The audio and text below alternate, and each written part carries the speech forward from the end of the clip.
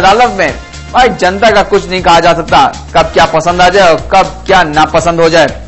चलिए बहरहाल dirty picture की ही बात करते हैं और जानते हैं कि अपने सहयोगी धीरज मोहन से कि उनको ये फिल्म कैसी लगी।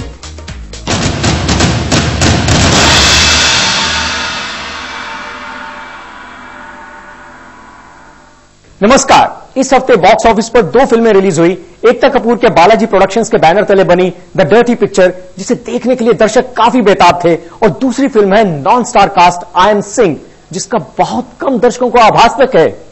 तो आइए पहले द डर्टी पिक्चर की तस्वीर पर रोशनी डाल ली जाए।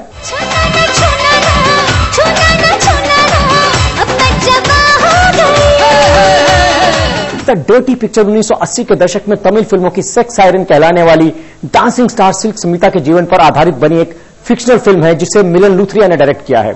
फिल्म का मुद्दा किसी भी लड़की का फिल्म जगत में कदम रखने और कामयाब होने के बुनियादी तौर पर किए जाने वाले समझौतों और शोषण से ताल्लुक रखता है, जो इस इंडस्ट्री का एक डर्टी सीक्रेट है। वो शोहरत पाने की हसरत, वो बुलंदी छूने की चाहत मांगती है बड़ी कीमत, जो सिल्क को 80 के दशक में तमिल फिल्म इंडस्ट्री में अपनी पहचान बनाने के लिए चुकानी पड़ी।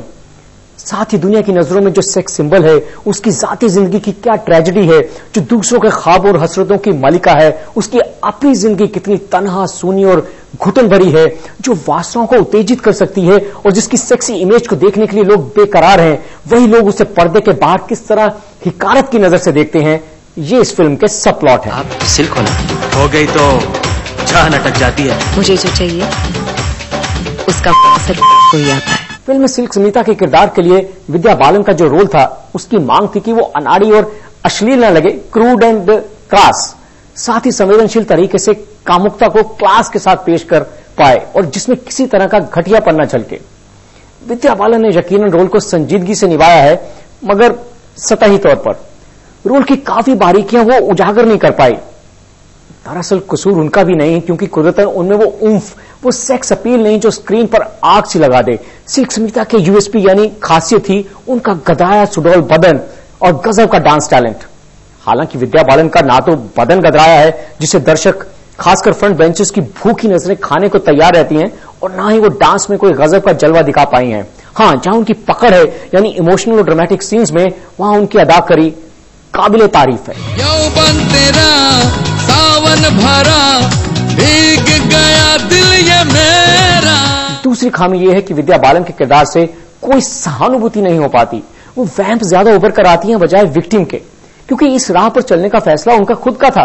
वो अपनी कामयाबी के लिए कोई भी कीमत चुकाने को खुद रजामंद थी। इस सिल्क की जिंदगी में 3 आदमियों का आना होता है, नसीरुद्दीन शाह, तुषार कपूर और इमरान हाशमी। उनके साथ सिल्क के रिश्तों का बनना बिगड़ना, उसका दिल टूटना, अगर इस फिल्म के एक डायलॉग की तर्ज पर कहा जाए, वो टच तो करता है मगर दिल को छूता नहीं। फिल्म का सीन जब तक स्क्रीन पर है तब तक अच्छे लगते हैं, वो भी उन सीन्स के डायलॉग्स की वजह से। काफी अरसे बाद इस तरह के सटीक और बेबाक डायलॉग सुनने को मिले हैं।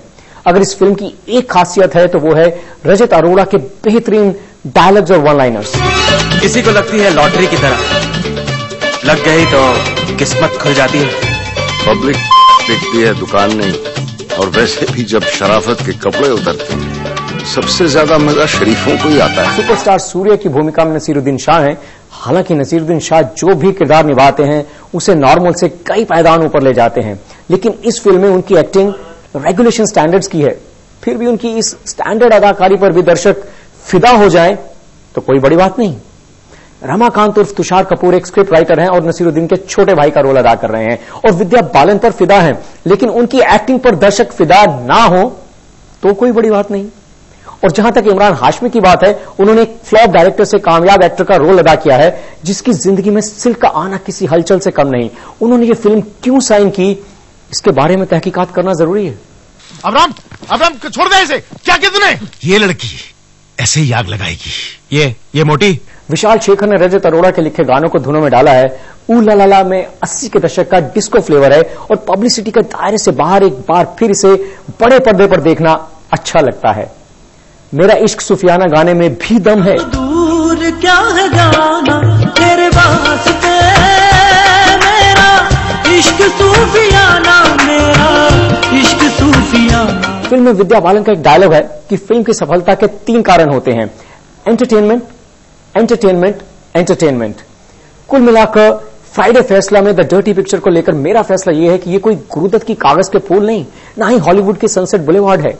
स्क्रीन प्ले की कुछ खामियों के बावजूद अगर एंटरटेनमेंट की कसौटी पर देखा जाए तो डर्टी पिक्चर एक बार देखने के लिए डिसेंट पिक्चर है। उलाला उलाला उलाला उलाला तू है मेरी फैंटेसी।